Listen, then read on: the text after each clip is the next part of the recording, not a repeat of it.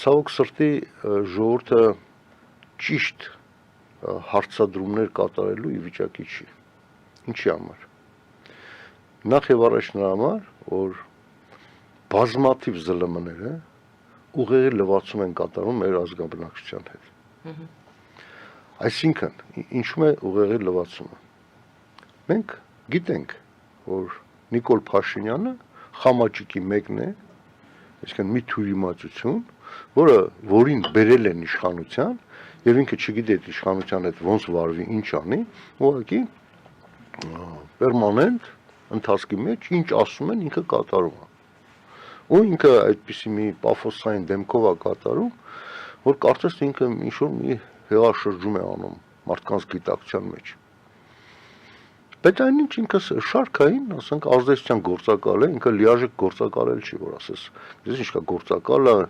խորաթափանց մտածելակերպ ունի բան։ Ինքը ազդեցության գործակալ է, վերբով կային արի գցել են դաշտ։ Եվ բոլոր լրատվամիջոցները ինչ որտեղ, ասենք, շատ ճիշտ են անում,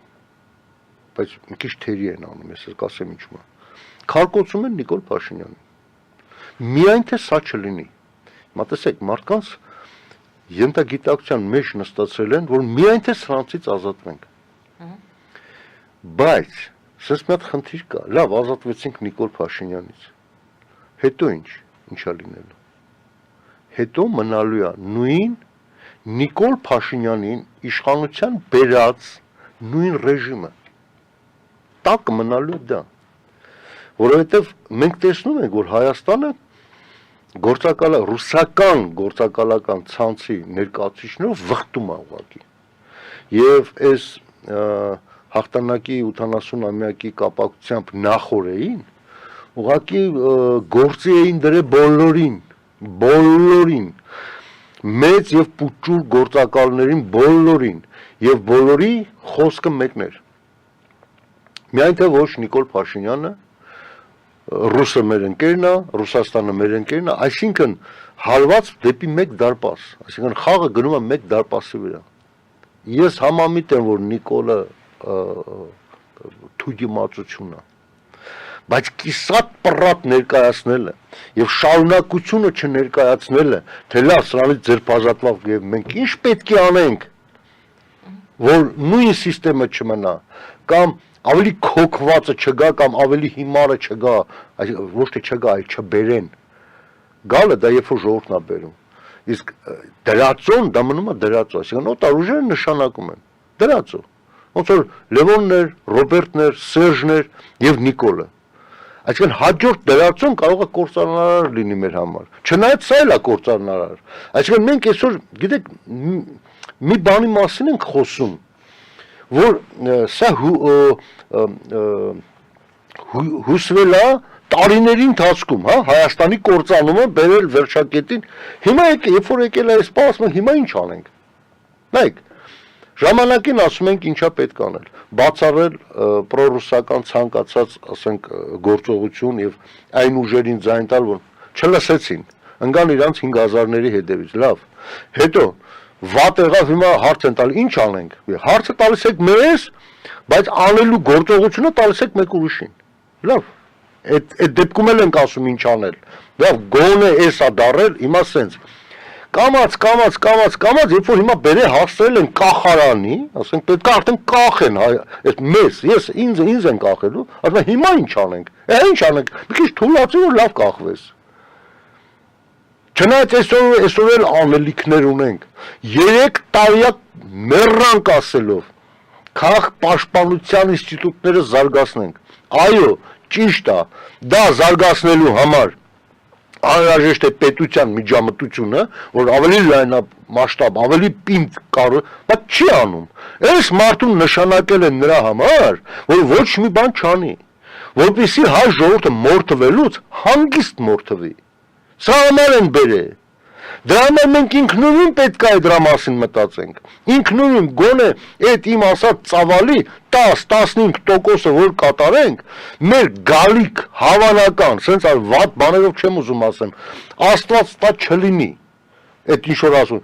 բայց հարձակումների դեպքում մենք առնվազն 50%-ով պակասեցնելու ենք մեր զոհերի թիվը։ Առնվազն։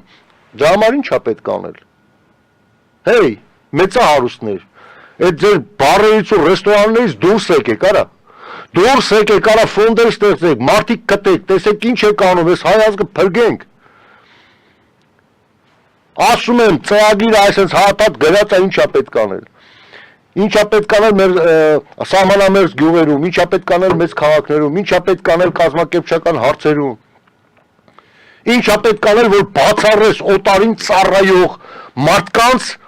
իշխանությունում հայտնվելը։ Սաղ ունենք, սաղ ասել ենք, էլ ինչ ասենք, էլ ոնց ասենք։ Հիմա գիտեք ինչ են ասում, ասում է դե լավ, այդքանը որ ասում ես դե արա, լավ է էլի։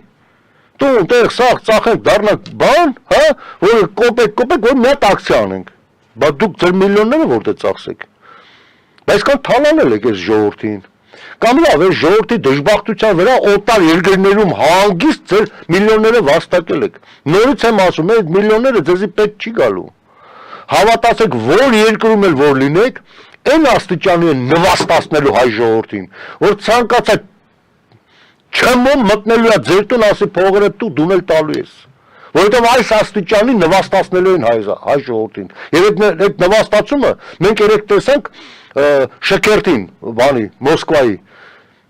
Նիկոլ Փաշինյանի դեմքով։ Ոնց քոթոտի նման տարան Լուկաշենկոյի ոտին փաթաթացրեցին, ասին կնագե, ոտիս մոտ մնա, ոտի մոտ էլ կպցրին, գլուխը կախ կայնել էր։ Ստե հազիվ գոռում ես բան ազգային ժողովներում ԱՑ-ի պատվալներ եկա կծեմ, ընդ է գոռայիր Լուկաշենկոյի վրա, ասել է ռատդ քաշ արա կողքիցս։ Ընդ է գոռայիր։ Ստե ես գոռում։ Գոռալ պետք չի ստե։ Ստե պետք է տանես ու կծես ԱՑ-ի պատվալներ։ Ես դրամա եմ ասում, հարց եք տալի թե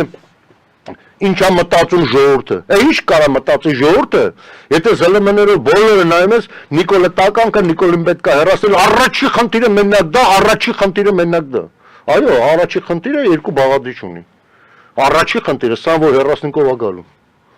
Մինչև այդ հարցը չլուծվի, որտեղ այսօր գիտեք ով ավելի շատ գոռում, միայն թե Նիկոլին հեռացնեն։ Նրանք ովքեր հաստատ գիտեն, որ Նիկոլից հետո իրանք են գալու։ Հաստատ գիտեն, որովհետև ֆինանսական հնարավորություններն է իրանք ձեռքը, ադմինիստրատիվ լծակների մի մասն է իրանք ձեռքը, ազդեցության ոլորտներն է իրանք ձեռքը, ասում ես 1000 ներողություն, այլ ինչ ներողություն, հավ ժողովրդի ինչ պետք է անի որ մեր դեմ։ Շո, իրանք գիտեն, որ իրանք են գալու։ Դա մեռա ասելով եկեք միավորվենք արա։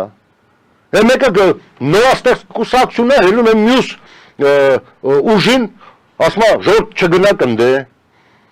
Մեկը ասում է եկեք միավորվենք, բայց միավորվելու ինստիտուտից ոչ մի տար չունի, հա։ Մարդկանց թվում է, որ ասում եմ միավորվել, դա նշանակਵਾ գիտես ինչ է։ Հա, Արիան Արձանի մոտ կայնի, ես կասեմ ինչ անես։ Հետո չի միավորվել։ Ասեցին կարա տենց չի միավորվել, անգամ չեն հանդգնում, ռիսկ չունեն, որ կանչեն ասեն լավ գաք, այդքան որ ասում ես, միավորվելը որն է, մի երկու բան ասա իմանանք։ Չնայած շատ տարեր բացել եմ ես իմ ելույթների մեջ, թե միավորվելը որն է։ Այո, պարզ ասեմ։ Ես ունեմ ծրագիր։ Ես ունեմ ծրագիր, որի մեջ ներառում է 100 հարց։ Դուք ունեք ծրագիր, որի մեջ ներառում է 50 հարց։ Այն մեկը ունի ծրագիր, որի մեջ ներառում է 150 հարց։ Դնում ենք սեղանին։ Այսպես դնում ենք սեղանին։ Առաջի հարց։ Դու բարձրացնում ես քո իմացած հարցերից։ Ինձ համար անընդունելի է, 10 հոգու համար ընդունելի է, ինձ համար չէ։ Շո ջնջում ես։ Ես բարձրացնում եմ հերթական հարցը։